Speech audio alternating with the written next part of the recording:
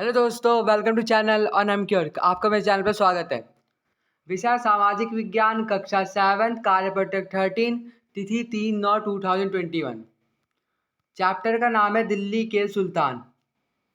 अब आज का हमारा टॉपिक है 15वीं व 16वीं शताब्दी में दिल्ली सल्तनत। ठीक है, तो देखते हैं 15वीं और 16वीं शताब्दी में दिल्ली की सल्तनत कैसी थी। ठीक है, तो पहला पॉइंट देखते हैं यहाँ पे। तुगलक वंश के बाद दिल्ली पर लोधी, सैयद व सूरी वंश ने शासन किया। मतलब तुगलक वंश जब चली गई वहाँ से तो क्या कौन आया फिर बाद में दिल्ली में? लोधी, सैयद और सूरी वंश ने क्या किया वहाँ पे? शासन किया। ओके, अब नेक्स्ट पॉइंट है शेर शाह सूरी के शासनकाल में विकसित राज्य छोटे अवश्य था, परंतु वह शक्तिशाली था। शेरशाह सूरी के द्वारा स्थापित की गई प्रशासन व्यवस्था भविष्य के राजाओं के लिए एक मिसाल बन गई। और ये कौन कौन से ऐसे राज्य थे जो मतलब दिल्ली सल्तनत मतलब जुड़े हुए थे वो 15 और 16 शताब्दी दिल्ली सल्तनत से? तो बंगाल, जौनपुर, मालवा, गुजरात, राजस्थान, दक्षिण भारत के अनेक राज्य एवं अफगान शासन दिल्ली सल्तनत के अंतिम वर्षों में अस्तित्व में आए। ठीक है, तो कौन कौन सी जगह थे? बंगाल, जौनपुर, मालवा, गुजरात, राजस्थान और जो दक्षिण भारत के जो अनेक राज्य थे जैसे अफगान के शासक, वो दिल्ली सल्तनत के अंतिम वर्षों में अस्तित्व में आए। मतलब उस समय वो थे वहाँ पे। ठीक है, अब अलाउद्दीन खिलजी और मोहम्मद तुगलक के प्रशासन के बीच तुलना करना है। ठीक है, तो अलाउद्दीन खिलजी और मोहम्मद तुगलक, तो इन दोनों के बीच में क्या करनी है? अंतर स्पष्ट करनी है। ठीक है, तो पहला क्या है? उनके आक्रमण से बचने के लिए अपनी एक विशाल स्थायी सेना खड़ी की। दूसरा पॉइंट है उसने अपने सैनिकों के लिए सीरी नामक एक नए गैरिसन शहर का निर्माण किया। थर्ड पॉइंट है सैनिकों का पेट भरने की समस्या का समाधान किया। यह गंगा और यमुना के बीच की भूमि से कर के रूप में एकत्रित उपज के माध्यम से किया गया था। और फोर्थ पॉइंट है अब उसने अपने सैनिकों का वेतन इक्ता के बजाय नगद में दिया। और फिफ्थ पॉइंट है सैन्य सुधार, राजस्व सुधार जैसे अनेक प्रशासनिक उपाय काफ़ी सफल रहे। ओके, अब मोहम्मद तुगलक के बारे में देखते हैं यहाँ पे। तो पहला पॉइंट है उसने ट्रांस ऑक्सियाना पर हमला करने के लिए एक बड़ी सेना खड़ी की। सेकंड पॉइंट है उसने दिल्ली के 4 सबसे पुराने शहरों को निवासियों से खाली करवा दिया और वहाँ सैनिक छावनी बना दी।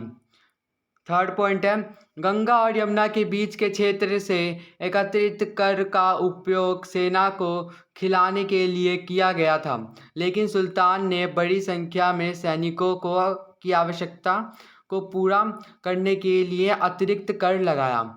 फोर्थ पॉइंट है उसने नगद में वेतन का भुगतान किया, लेकिन कीमतों को नियंत्रित नहीं किया। और लास्ट जो है फिफ्थ पॉइंट है उसने प्रशासनिक उपाय असफल थे।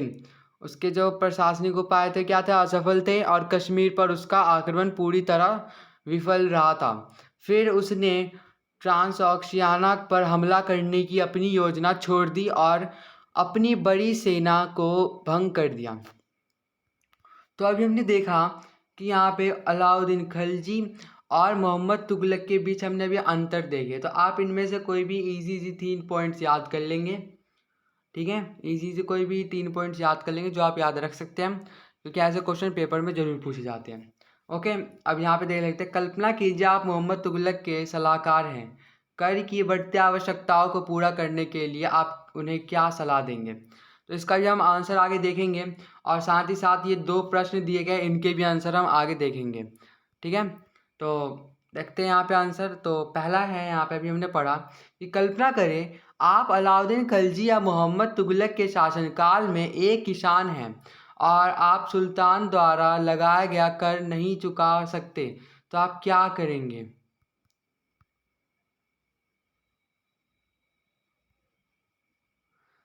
तो उत्तर है, यदि मैं उनके शासनकाल में एक किसान होता तो मैं सुल्तान से कर्ज चुकाने के लिए या तो समय लेता या फिर कर्ज माफ़ी के लिए सुल्तान के पास जाता।